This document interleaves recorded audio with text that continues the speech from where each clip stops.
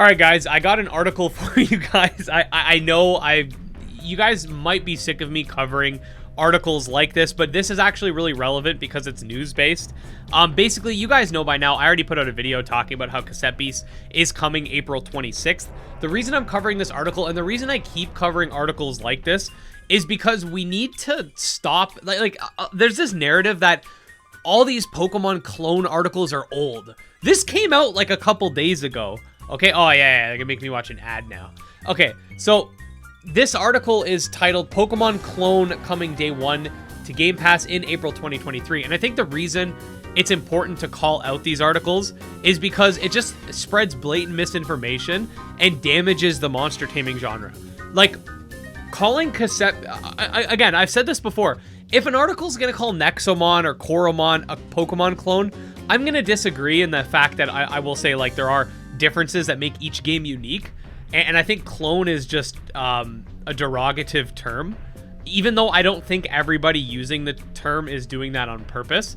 But I'm not going to, like, make a video about it, because if someone calls Nexomon a Pokemon clone, there are a lot of, or Temtem or Coromon, there are a lot of one-to-one comparisons, so I can understand why someone would come to that conclusion. However, when you're going to call Monster Sanctuary, Cassette Beasts, Shin Megami Tensei, and all these other games, Pokemon clones. By the way, SMT came out before Pokemon, or at least the original DDS Megami Tensei. But the point is, like, we gotta stop this whole, like, everything's a Pokemon clone because there's monster battling. Like, is Ark a Pokemon clone? Is Far Cry Primal a Pokemon clone? Is Sky Climbers a Pokemon clone? Like, no, these games are nothing like Pokemon. Cassette Beast might, you know, have you fooled with the pixel art graphics, but it literally mechanically has nothing to do with Pokemon other than monster battling and, like, the idea of types, which Pokemon didn't invent anyway. But let's just read the article, because I don't think this person's coming from, like, a bad place. I think they're just trying to get clicks because Pokemon clone is more searchable than, you know, monster taming game, because more people know what the word Pokemon clone means. But anyways, Microsoft Game Pass subscription confirms another day one title for April 2023, with this one being a Pokemon clone with a few distinct twists. So I would say it's a game with many distinct twists that's not a Pokemon clone, but we'll get into it. Cassette Beast from developer Byton Studio and publisher Raw Fury is coming to PC, Game Pass day 1 on April 26th, as well as Steam. It'll launch on Xbox One and Series X via Game Pass and Nintendo Switch sometime in late spring. In Cassette Beast, players will be able to collect quote-unquote awesome monsters using their cassette player, giving it a distinct Pokemon clone vibe. So first piece of misinformation, you don't collect the monsters, you turn into them. It also features turn-based battles in an open-world RPG, which can draw comparisons to Scarlet and Violet. Cassette Beast was confirmed and announced before Scarlet and Violet was public. It was announced before Pokemon Legends was public. It was announced the same year as Pokemon Sword and Shield coming out, I believe. It was either late 2019 or early 2020. Though it has a distinct pixel art style reminiscent of older games, I can see where the pixel art style might be reminiscent of Gen 5. I'll give them that, I guess. However, that's not to say Cassette Beast doesn't strike out with some innovations of its own. The entire game is innovative. Like, let's see what they mention, because I guarantee it's nothing more than surface level, like, oh, it has fusion, or, oh, the monsters look different. Like, I haven't even read this whole thing. This is just my assumption. Cassette Beast takes place on the remote island of New Wirral, where folks use cassette players to capture creatures, with the game saying some of these creatures you've only dreamed of and nightmares you hopefully haven't. When players encounter them, they'll be able to record them to gain abilities and transform into them for battle. Okay, so you know that you can transform into them, so why are you saying up here that you can catch them?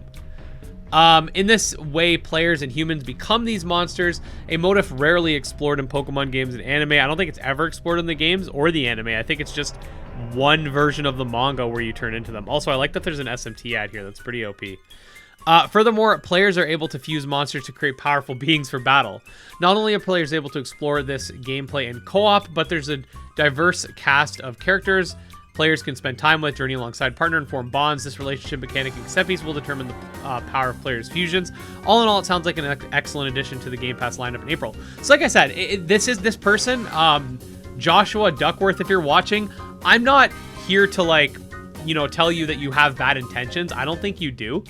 But this is the thing, and this is, I know you got to put out a bunch of, you know, newsletters probably day in and day out.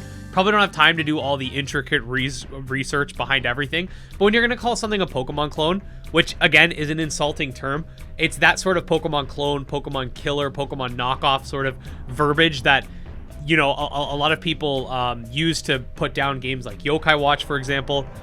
This is the thing. So I want you to explain what makes it a clone. Battles use an AP system, nothing like the PP system. Battles are all 2-on-2. You could say, oh, well, that copies Pokemon double battles, but like RPGs have had multi-combat forever. The game has a unique fusion system, like you mentioned. It's all procedurally generated. I don't think you mentioned that. The way I'm losing my train of thought now.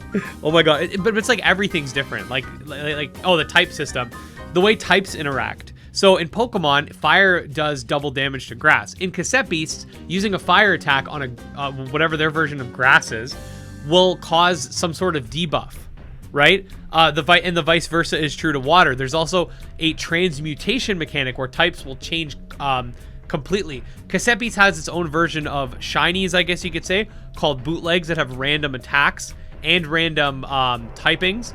And before you say, well, that's copying Pokemon shiny system, I'm pretty sure RPGs like Dragon Quest have had like shiny variants of enemy monsters since like way before Pokemon, but I'd have to double check on that. But like lots of games have their own like for example, there's like the I forget which game it is, has like a silver slime that if you kill it, you get more XP or whatever. I think it's Dragon Quest. I'm not sure if that's existed since before, but or like the little shiny bugs you can kill in Dark Souls, stuff like that.